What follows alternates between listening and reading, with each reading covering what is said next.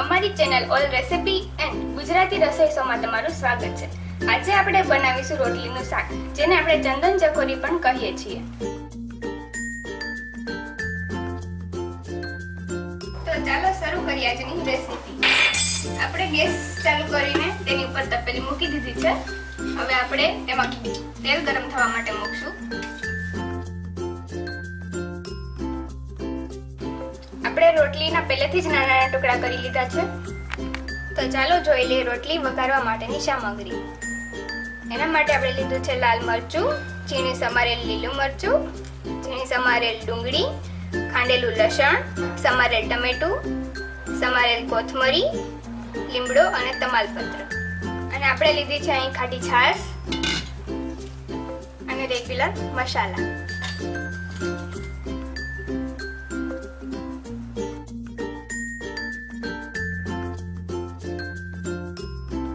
આપણે gas on કરીને એક તપેલીમાં તેલ ગરમ થવા મૂક્યું છે। હવે તેલ ગરમ થઈ ગયું છે। આપણે નાખીશું રાઈ, જીરું,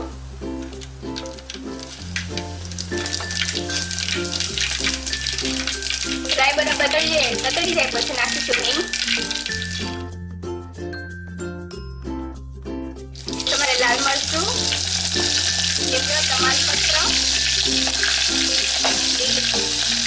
લીલા મરચાંની પેસ્ટ, તેની તમારે ડુંગળી, ખાંડેલું લસણ અને બરાબર મિક્સ કરી દઈશું।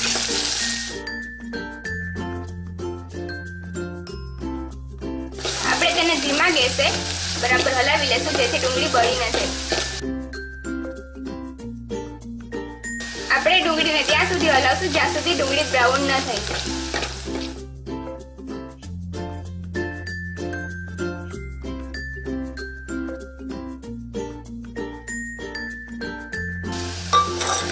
હવે આપણી ડુંગળી બ્રાઉન થવા આવી છે।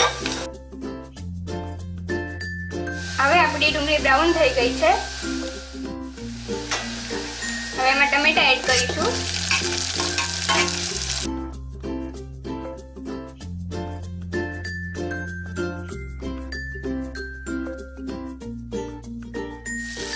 હવે તેને ધીમા તાપે ચડવા દઈશું।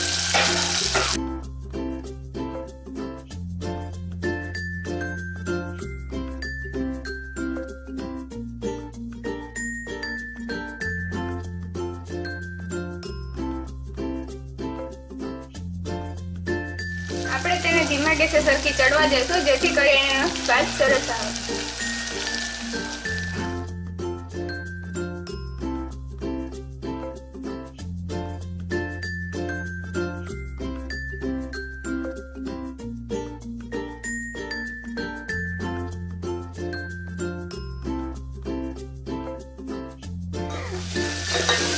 હવે આપણો મસાલો ચડીને બરાબર તૈયાર થઈ ગયો છે। સૌપ્રથમ એડ કરીશું હળદર, લાલ મરચું પાવડર, ધાણા જીરું, સ્વાદ અનુસાર મીઠું, પાણી નાખીને મિક્સ કરી લઈશું।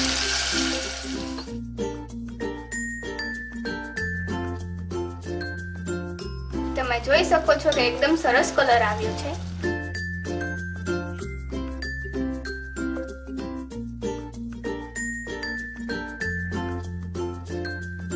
થોડી કોથમરી એડ કરીશું।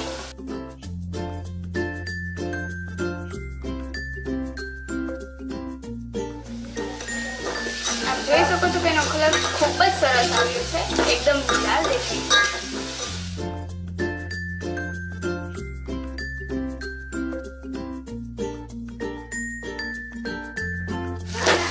ત્યારબાદ એમાં છાશ એડ કરીશું।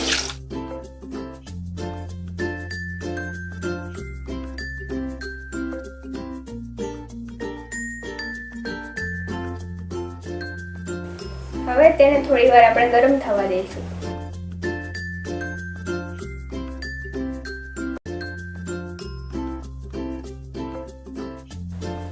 હવે આપણે એડ કરીશું એમાં રોટલીના કટકા।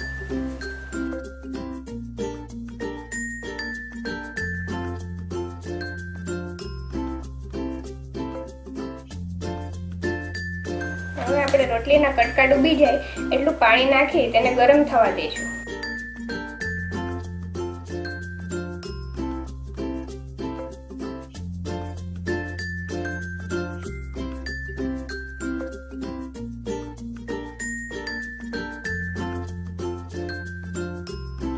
આપણે આપણી ચંદન ચકોરીને થોડી વાર ઉકળવા દઈશું અને ત્યારબાદ તેને સર્વ કરીશું. તો તૈયાર છે આપણી ચંદન ચકોરી એટલે કે રોટલીનું શાક.